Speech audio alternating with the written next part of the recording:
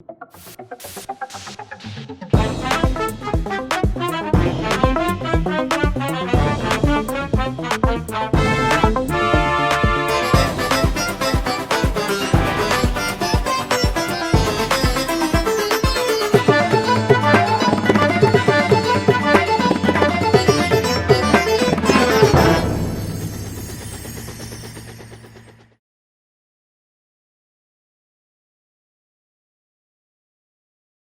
உயிரோடை Tamil ILC தமிழோடு இணைந்திருக்கிறீர்கள். உலக நகர்வுகள் நிகழ்ச்சியில் இணைந்திருக்கிறீர்கள். பிரித்தானியாவிலிருந்து போரியல் ஆய்வாளர் அரசு அவர்கள் இணைந்து உலக நகர்வுகளை அவதானித்து உயிரோடை தமிழ் உறவுகளுக்கு எடுத்து வருவதற்காக நிகழ்ச்சியில் இணைந்திருக்கின்ற வணக்கம் அரசு அவர்களே. அனைத்து உயிரோடை தமிழ் உறவுகளுக்கு என்பதிலிருந்து வணக்கம். இன்றைய உலக நகர்வுகள் நிகழ்ச்சியில் நாங்கள் இந்தியா தொடர்பாக பார்ப்போம். நரேந்திர மோடி அவர்கள் இலங்கைக்கு 3 நாள் பயணத்தை மேற்கொண்டிருந்தார். வெற்றிகரமாக ஒப்பந்தங்கள் கைச்சாத்திடப்பட்டதாக கூட செய்திகள் வந்திருக்கின்றது. வெளியிலிருந்து பார்க்கும் பொழுது சிறப்பான அவருடைய பயணம் அமைந்திருப்பது போல் தெரிகின்றது. உள்ளே என்ன முருகல் நிலை இருந்ததோ என்னவோ எனக்கு தெரியவில்லை. நீங்கள் நிச்சயமாக பூந்து ஆராய்ந்திருப்பீர்கள் என்ன நடந்தது என்று. இந்த சந்திப்பு தொடர்பாக நீங்கள் என்ன அவதானிப்பீர்கள், என்ன அறிந்து கொண்டீர்கள்? இந்திய பிரதமர் சென்றிருந்தார். சென்று உண்மையில் இலங்கையை ஏதோ ஒரு வகையில் இந்தியாவில் உள்வாங்குவதற்கான ஒரு அவருடைய கடைசி முயற்சியாகத்தான் அதனை பார்க்கலாம். அனுராதபுரம் சென்று புத்த துறவிகளின் காலில் கூட வீழ்ந்திருந்தார். அதே போல அவரை வரவேற்க வைத்த பலகைகளில் தமிழை கூட அகற்றியிருந்தார்கள். சிங்களத்திலும் ஆங்கிலத்திலும் தான் எழுந்திருந்தார்கள். தமிழ் பகுதிகளுக்கு அவர் போகவும் விரும்பவில்லை. தமிழ் தலைவர்களை வளமை போல படம் எடுப்பதற்காக கூப்பிட்டிருந்தார்கள். அவ்வளவுடன் முடிந்து விட்டது. இதில் என்ன பார்க்கலாம் என்று சொன்னால், இந்தியா இலங்கையை ஏதோ ஒரு வகையில் இலங்கையை தனது கைக்குள் வைத்திருக்க வேண்டும் என்பதற்காக பல விட்டுக் கொடுப்புகளை செய்வதாகத்தான் பார்க்கப்படுகிறது. இலங்கையுடன் 6 உடன்பாடுகள் மேற்கொள்ளப்பட்டதாக கூறப்படுகிறது. 6 உடன்பாடுகளில் பாதுகாப்பு உடன்பாடு மிகப்பெரியது என்று சொல்லி இந்திய ஊடகங்கள் அதை பெருசாக சொல்லுகிறார்கள். மிகப்பெரிய ஒரு பாதுகாப்பு உடன்பாட்டை மேற்கொண்டு விட்டார்கள் என்று.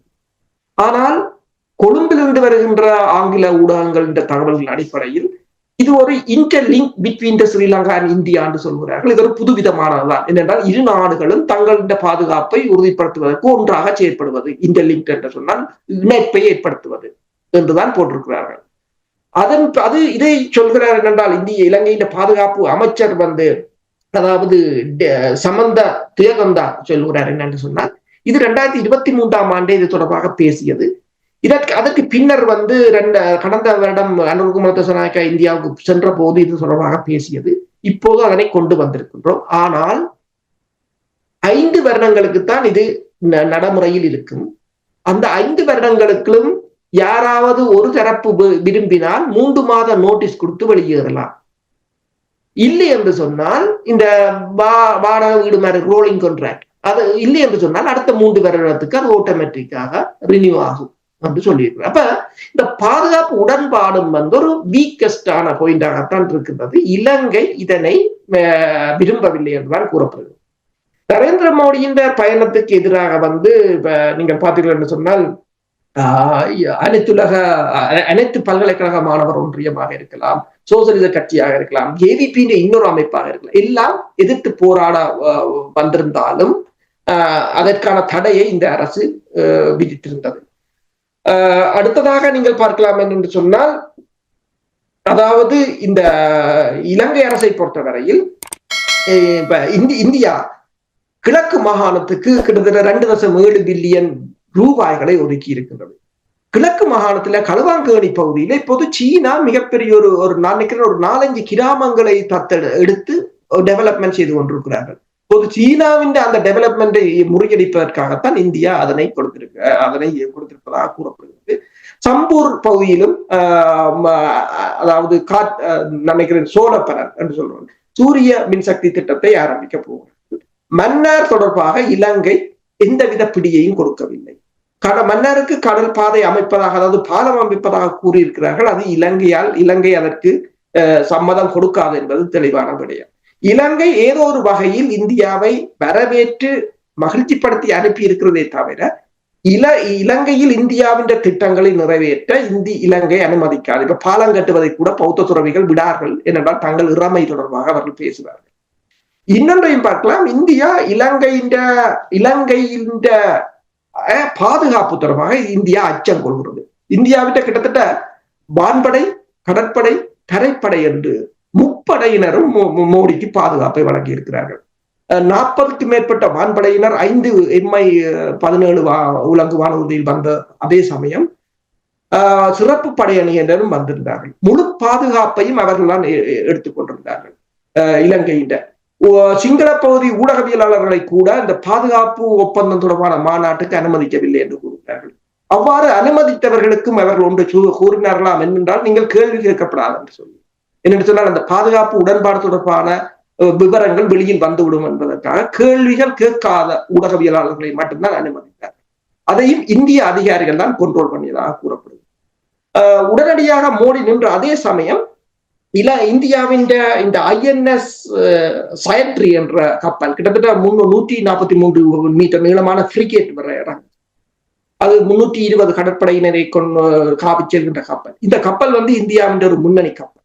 அது எலக்ட்ரானிக் வார்ஃபேர் இருக்கிறது. அது கூடுதலாக இஸ்ரேலின் எல்டா ரக ரடார்கள் தான் அதில் பொருத்தப்பட்டிருக்கிறது. ஜாமர் இருக்கு. அப்ப அந்த கப்பலை திடீரென்று கொண்டு கொழும்பில் நிறுத்தி இருந்தார்கள். அதை கூறுகிறார்கள் என்னென்று சொன்னால், மோடி இருக்கிற சமயத்துல ட்ரோன் மூலம் தாக்குதல் நடத்தப்படுமாக இருந்தால் அதனை தடுப்பதற்கான அதாவது ஜாமரை கொண்டு அதற்கான சமிக்கைகளை நிறுத்துவதற்கான ஒரு முன்னேற்பாடு என்று கூறியிருந்தார்கள். இந்த கப்பலில் தான் 2015ஆம் ஆண்டு அமெரிக்காவின் பாதுகாப்பு செயலாளராக இருந்த ஆஷ் கார்ட்டர் அப்போது இந்த கப்பலில் தான் இறங்கி அந்த கப்பலை பார்வையிட்டும் கூட சென்றிருந்தார்கள். அந்த கப்பலை தான் கொண்டு நிறுத்தியிருந்தார்கள். மோடி புறப்பட்டு சென்ற பின்னர் தான் அந்த கப்பல் போயிருந்தது. அது மட்டுமல்லாது கொழும்பின் பாதுகாப்பையே தலைகீழாக மாற்றியிருந்தார்கள். இந்திய படையினர் தான் முழு பொறுப்பையும் எடுத்திருந்தார்கள். ஒரு உதாரணமாக கொழும்பிலிருந்து வருகின்ற ஒரு ஆங்கில பத்திரிகை ஒன்றை கூறியிருந்தது, ஒரு ஸ்டேட் டெலிவிஷன், அதாவது அரசு தொலைக்காட்சி நிறுவனம் ஒன்று நேரடியான ஒலிபரப்புக்காக ஒரு கேமராவை பொருத்தி நிலையாக பொருத்தி அதில் ஒரு மரப்பெட்டிக்கு மேல் பொருத்தியிருந்தார். உடனடியாக வந்தவர்கள் கூறினார்களாம், மரப்பெட்டியை தூக்குங்கள் பார்க்க வேண்டும் என்று. அந்த மரப்பெட்டி தூக்க முடியாது. உடனடியாக ரில்லரை கொண்டு வந்து ரோட்டை போட்டார்களாம். ஒரு சிறிய மைக்ரோ கேமராவை கொண்டு வந்து உள்ளுக்கு விட்டார்களாம். உள்ளுக்கெல்லாம் அலசி ஆராய்ந்து விட்டு தான் சென்றிருக்கிறார்கள் என்றால் நீங்கள் பார்க்கலாம். இப்ப இந்திய பிரதமர் பல நாடுகளுக்கு போகிறார். அமெரிக்காவுக்கு போகிறார், ரஷ்யாவுக்கு போகிறார், அங்கால ஒவ்வொரு நாடுகளுக்கு எல்லாம் போகிறார், மலேசியாவுக்கு போகிறார். ஆனால் அங்கெல்லாம் அவ்வாறு இல்லை. இலங்கையில் அவ்வாறு இருக்கிறது என்றால் இந்தியா இலங்கையில் ஏதோ ஒன்றை கண்டு அச்சப்படுகிறது என்ற ஒரு பார்வைதான் இருக்கிறது. அதனை நான் கூறவில்லை, கொழும்பு ஊடகங்களும் அவ்வாறு தான் கூறுகின்றன. நேவல் டிப்ளமசி என்றுதான் அதை இப்ப தலையங்கமே போட்டிருக்கிறார்கள். அந்த கப்பல் வந்தது அனுராதபுரம் சென்று பௌத்த வழிபாட்டு தலத்துக்கு அங்கே சென்று முழங்காலில் நின்று ஆசி பெற்று அதன் பின்னர் அனுராதபுரத்தில் ஓமந்தை ரயில் பாதை திறந்து வைத்த விழாவும் கூட தொடர்பான செய்திகளையும் கூட பார்க்கக்கூடிய இருந்தது. அந்த விடயங்கள் தொடர்பாக என்ன அறிந்தீர்கள்? உண்மை, அனுராதபுரத்துக்கு சென்றிருந்தார். அங்கு பௌத்த துறவிகள் காலில் வீழ்ந்திருந்தார். அது மட்டுமல்லாது அதாவது பௌத்த மடாலயங்களுக்கு கிட்டத்தட்ட 5000 ஆலயங்களுக்கான சோழப்பனரை பூட்டுவதாக கூறியிருந்தார். அதனால் என்ன வருமானம் வரப்போகிறது என்று தெரியாது. அதான் ஒரு தொழிற்சாலையை நீங்கள் ஆரம்பித்தால் அதனால் ஏதாவது ஒரு முன்னேற்றம் வரும். ஒரு 4 தொழில்நுட்பங்களை நீங்கள் பண்ணினால் அதனால் நல்ல சிங்களவர்களை மகிழ்ச்சிப்படுத்துவது தானே. உண்மைதான், சிங்களவர்களை மகிழ்ச்சிப்படுத்துவது அத்தனையும் அவர் செய்திருக்கின்றார். என்னும் போது தமிழர்களை இந்த முறை பினிஷ்ட், தமிழர்களை முற்றாக புறக்கணித்து விட்டார் என்றால் தமிழர்களை புறக்கணித்தால் தான் சிங்களவர்களை வெல்ல முடியும் என்ற ஒரு திட்டத்துடன் தான் அவர் வந்திருக்கின்றார். அதே சமயம் குஜராத்தில் இருக்கின்ற பௌத்த தொல்பொருட்களை தான் வழங்குவதாகவும் இலங்கையின் பௌத்தத்தை உலகம் முழுவதும் அவர் கொண்டு செல்ல போகிறாராகவும் எவ்வளவு தூரம் மகிழ்ச்சிப்படுத்தலுமோ மகிழ்ச்சிப்படுத்தியிருக்கிறார். ஆனால் பிரச்சனை என்னவென்று சொன்னால் இலங்கைக்கு இது ஒரு 3 நாள் கூத்துத்தான். இலங்கைக்கு இப்ப பிரச்சனை என்னவென்று சொன்னால் அமெரிக்கான்ற வரி. அவங்க கொழும்பு பேப்பர் எழுதுறாங்க, நீங்கள் IMF-ஓட கதையுங்க. IMF தனியா லெண்டர்ஸ் மட்டும் இல்லை, அவங்க பொருளாதார அபிவிருத்தி செய்வாங்க, ஸ்டெபிலிட்டி, எக்கனாமிக்கல் ஸ்டெபிலிட்டி, மற்றது எவ்வாறு இந்த பொருளாதார நெருக்கடியை தீர்க்கணும் என்ற ஆலோசனை எல்லாத்துக்கும் அந்த அமைப்பு இருக்கிறது. அந்த அமைப்பு உங்களை அமெரிக்க ட்ரம்ப் இந்த இதுல இருந்து ஏதாவது ஒரு ரிலீஃபை கொண்டு வரும் என்றால் அவங்களுக்கு மோடியின் இப்ப பிரச்சனை இல்லை. ஒரு இரு கோடுகள் தத்துவம் மாதிரி மோடி வந்து போயிருக்கு, அது வேறு கிடையாது. அது இப்ப அவங்களுக்கு இருக்கிறது அதுதான் ஒரு மிகப்பெரிய ஒரு பிரச்சனை. அதே சமயம் இன்னொன்றை பாருங்கள் நீங்கள், சீனாவின் தூதுக்குழு அடுத்த குழு $4 பில்லியன் நிரப்புகிறார்கள் வாரக்கிழமை. என்று சொன்னால் அம்பாந்தோட்டையில் ரிஃபைனரி போட போகிறார்கள், எண்ணெய் சுத்திகரிப்பு. இதுதான் மிகப்பெரிய ஒரு முதலீடாக இருக்க போகிறது இலங்கையில். அது தொடர்பாக அவங்க பிஸியாக இருக்கிறார்கள். இதே சமயம் நீங்கள் பார்க்கலாம், இலங்கை மீனவர்கள் தொடர்பான பிரச்சனை, அது தொடர்பாக எந்த விதமான நடவடிக்கையும் எடுக்கப்படவில்லை. மோடி இலங்கையில நின்ற சமயம் இந்தியாவின் ஒரு ஊடகம் ரணில் விக்ரமசிங்காவிடம் ஒரு பேட்டி எடுத்தது. அப்ப அதை எனக்கு ஒருவர் அனுப்பியிருந்தார், நீங்கள் இந்த 19வது நிமிடத்துக்கு பிறகு இருக்க பாருங்கள் என்று. அதை நான் பார்த்தேன். அதில் கேட்ட கேள்வி, இந்திய பிரதமர் வந்து சொல்கிறார், இது மீனவர் பிரச்சனை, இரு நாடுகளின் மீனவர் பிரச்சனையையும் நீங்கள் வந்து சுமூகமாக கையாள வேண்டும் என்று கூறியிருக்கிறார். சுமூகமாக கையாள வேண்டும் என்று கூறியிருக்கிறார். எவ்வாறு சுமூகமாக நீங்கள் கையாள்வது இரு தரப்பு மீனவர்? அதுக்கு ரணில் விக்ரமசிங்கா ஒன்றைத்தான் கூறினார் என்னென்றால், எந்த வீட்டை ஒருத்தன் வந்து களவெடுத்து கொண்டு போறான், களவெடுக்கிறான், அவனே நீ களவெடுத்து கொண்டு போன்று நான் கையிலாக கொடுத்து, அதாவது ஹேண்ட்ஷேக் பண்ணி அனுப்புவனோ அல்லது நடவடிக்கை எடுப்பனோ என்றுதான் அவர் ஒரே ஒரு கேள்வியை கேட்டிருந்தார். நாங்கள் தமிழ் மக்கள் தொடர்பாக தீர்வுகள் அவர்களை பற்றி இல்லாட்டாலும் தமிழ் மக்களின் அடிப்படையாக அவர்களுடைய வாழ்வாதாரம் தொடர்பாக மீன்பிடி பிரச்சனையாவது நாங்கள் கருத்தில் எடுக்க வேண்டும் என்றுதான் அவர் கூறியிருந்தார். இதை அனைத்தையும் தமிழ் கட்சிகள் கதைத்ததா என்றால் இல்லை. தமிழ் கட்சிகளின் நாடாளுமன்ற உறுப்பினர்கள் சந்தித்தார்கள். சந்தித்த பிற்பாடு வந்தவர் ஒருவர் கதைத்த கதை என்னவென்று சொன்னால், அந்த யூடியூப்பை பாருங்கள் என்று கூறியிருந்தார். அந்த அவரின் பேரை இங்கே சொல்ல வேண்டாம் என்றால் சொன்னாலே பிரச்சனை தானே இங்க. அவர் கூறியிருந்தார், நாங்கள் இந்தியாவுக்கு எதிரான எந்த சக்திகளும் இங்கு கால் உண்ட விட மாட்டோம். உனக்கு உண்ட பிரச்சனை கூட இருக்கு, இந்த மக்கள் மீனவர் அருள் கேட்டவர்களோ இந்தியான பாதுகாப்பை உறுதிப்படுத்த சொல்லி இந்தியாவும் முன்ன கேட்கல, தமிழ் மக்களும் முன்ன கேட்கல, நான் இலங்கையும் முன்ன கேட்கிறேன். நீங்கள் இந்தியாவுக்கு இந்தியான பாதுகாப்பு சொன்னா நீங்க தமிழகத்துல போயிருந்து தேர்தலை கேட்டு தமிழகத்துல இருந்து இந்தியாவை காப்பாற்றி வாழ வையுங்கோவன். இந்த மக்கள் தொடர்பாக ரணில் விக்ரமசிங்காவை கதைக்கிறார். அந்த ஆளையே கதைக்குது. இந்த நீங்கள் களவெடுத்து கொண்டு போடுகின்ற நேரம் சொல்கிறேன். இப்ப நீங்க பாருங்க, 1953ஆம் ஆண்டிலிருந்து இன்று வரையும் US8 இலங்கைக்கு வழங்கிய தொகை வந்து 2 பில்லியன். ஆனால் ஒரு வருடத்துல தமிழ் மக்களின் மீனை கொண்டு போது 4 பில்லியன் ஒரு வருடத்துல.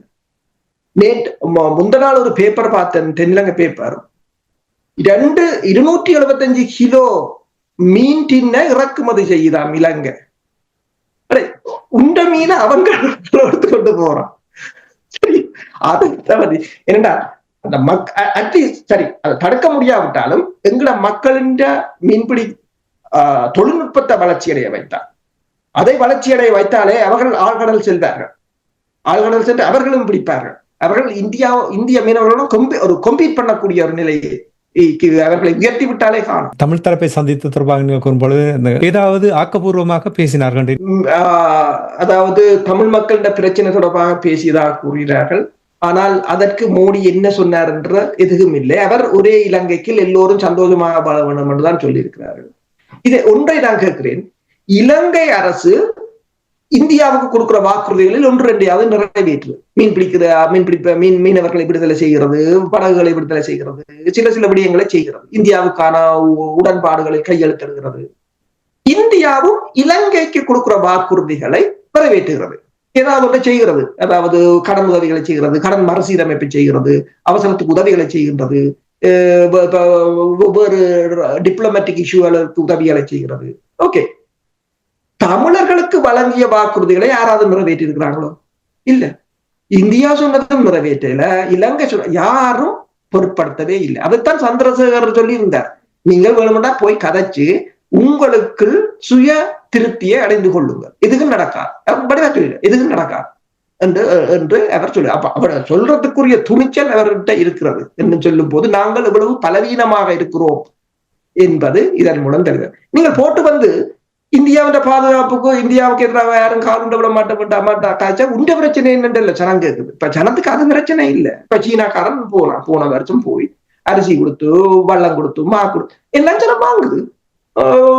அந்த ஜப்னா லைப்ரரியை கூட டிஜிட்டலைஸ் பண்ணி தர சொல்லி மணிமணி கூட கேட்டிருந்தார்.